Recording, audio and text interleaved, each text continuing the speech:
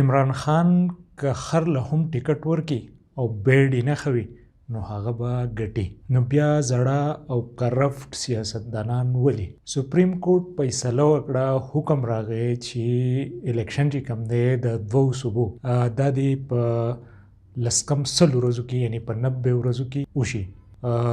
آیا پی ډی ایم چې کوم دی دغه 13 جماعتونه چې کوم دی هغوی د الیکشن ته تیار دي؟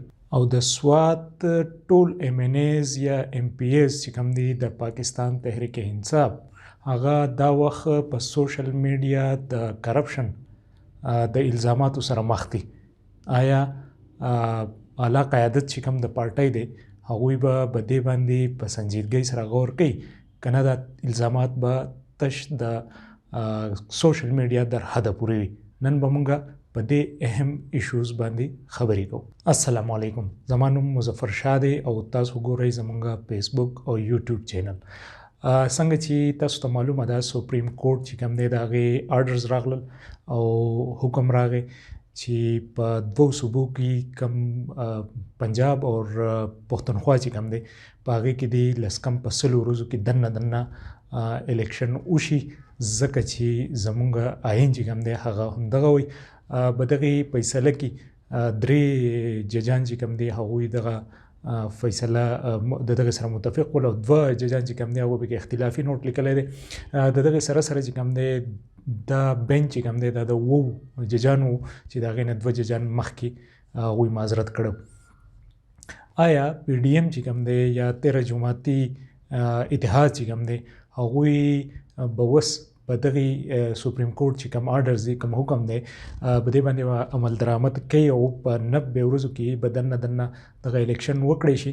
ځکه چې په 90 ورځې چې کله مونږ وایو نو په دغه کې اوس تقریبا 45 یا 50 ورځې چې کوم دی هغه پاتې دي. نو ګورو چې الیکشن چې کوم دی هغه پی ډي ایم اوس څه کوي. پی ډي ایم مطلب دا دی چې په وفاق کې کوم حکومت دی هغه د پی ډي ایم دی او دا د هغوی ذمهواري ده، د الیکشن کمیشن ذمهواري ده چې اوس د قانون چې کوم دی په هغې باندې عمل درآمد وکړي، آئین چې کوم څه وایي په هغې باندې عمل درآمد وکړی شي. ځکه دا خبره کورټ ته تللې ولې وه؟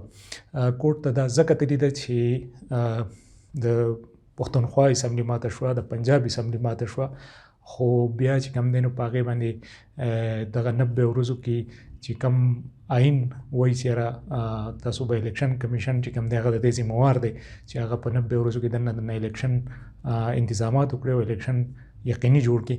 خو دغسې په نظر نه راتله. خبره بیا کورټ ته لاړه او کورټ نن دغه فیصله وکړه.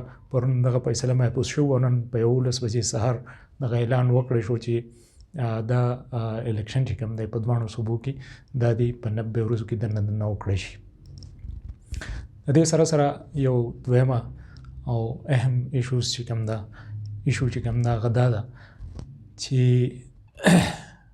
د سوات او بیا د پښتونخوا زیاتره چې کوم د پاکستان تحریک انصاف ایم ان ایزو ایم پی ایزو په هغوی باندې د کرپشن الزامات لګي د سوشل میډیا د لارې. په هغې کې مختلف ایم پی ایز دي. عمران خان چې کوم دی هغه بېشکه چې دی قوم له پاکستان له یو سیاسي شعور ورکو، په خلکو کې دغه د دې جوګۍ کړل چې هغوی د خپل ایم پی ایز ایم ان ایز او دارنګه د خپل سیاسي چې کوم پارټیانو سره تعلق ساتي د هغې کې اواز اوچت کړي، تپوس وکړي چې دا دولت چې کوم دی یا ستا اساسي چې کوم دی دا د کوم ځای نه راغلي دي. اوس په سوات سمیت په مختلف علاقو کې په پښتونخوا په مختلف علاقو کې په دغه ایم ان ایز ایم پی ایز باندې چې کوم دی په هغوی باندې د کرپشن الزامات لګي د سوشل میډیا د لارې. او دغه یقیني خبره ده چې دا الزامات چې کوم دی یا دغه اواز چې کوم دی دا به چیرمن پاکستان تحریک انصاف عمران خان ته ضرور هغه به ته به رسېدلی هم او د هغه د مخې نه به اورېدلي ضرور وي. دې ځای کې دا یو خبره د سوچ قابله ده چې عمران خان چې کوم د تحریک انصاف چیرمن دی هغه پاپولر او مقبول ترین لیډر دی دا وخت په پاکستان کې.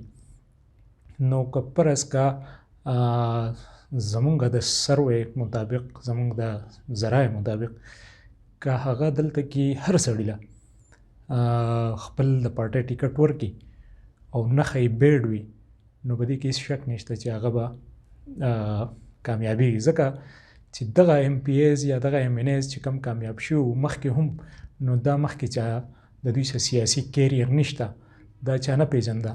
خو چې کله د عمران خان نوم ورسره و، د پاکستان تحریک انصاف نښه د دوی نښه وه، بیډ یې نښه وه، نو خلک دغه بیډ له ووټ ورکوي، شخصیت له ووټ نه ورکوي. نو آیا عمران خان به په دې باندې سوچ کوي، په دې به فکر کوي چې یاره دغو کسانو باندې چې کوم الزامات دي دوی دې د دې مخه وکړي، د دې سامنا دې وکړي او ځان دې پاک کړي، او نوي کسانو ته څنګه چې هغه په سټارټ کې وي چې یاره موږ به نوي کول ته، ځوان کول ته هغوی ته به موقع ورکوو او مخ په وړاندې به یې راولو. ضروري نه ده چې د هغوی وینا وه چې ضروري نه ده چې کوم سړی پیسې والا دی یا څوک په سیاست کې د مخکې نه ان دی، نو هغه به په سیاست کې حصه اخیستی شي، هغه به د تحریک انصاف غړی، او چې چا سره نشته یا د چا سره سیاسي کیریر نشته نو هغه به نشي راتلی. نو اوس به آیا عمران خان چې 2 پیرې دغه زړو کسانو ته ټیکټونه میلاو شو، نوي کسانو ته به موقع میلاویږي او که نه، یا دغه کسان چې کوم په کرپشن الزامات دی پې، نو د دوی نه به څه هغه پوښتنه کوي او که به نه کوي. زموږ دغه نننی پروګرام چې کوم دی یقینا په دې به تاسو هم سوچ فکر کوئ.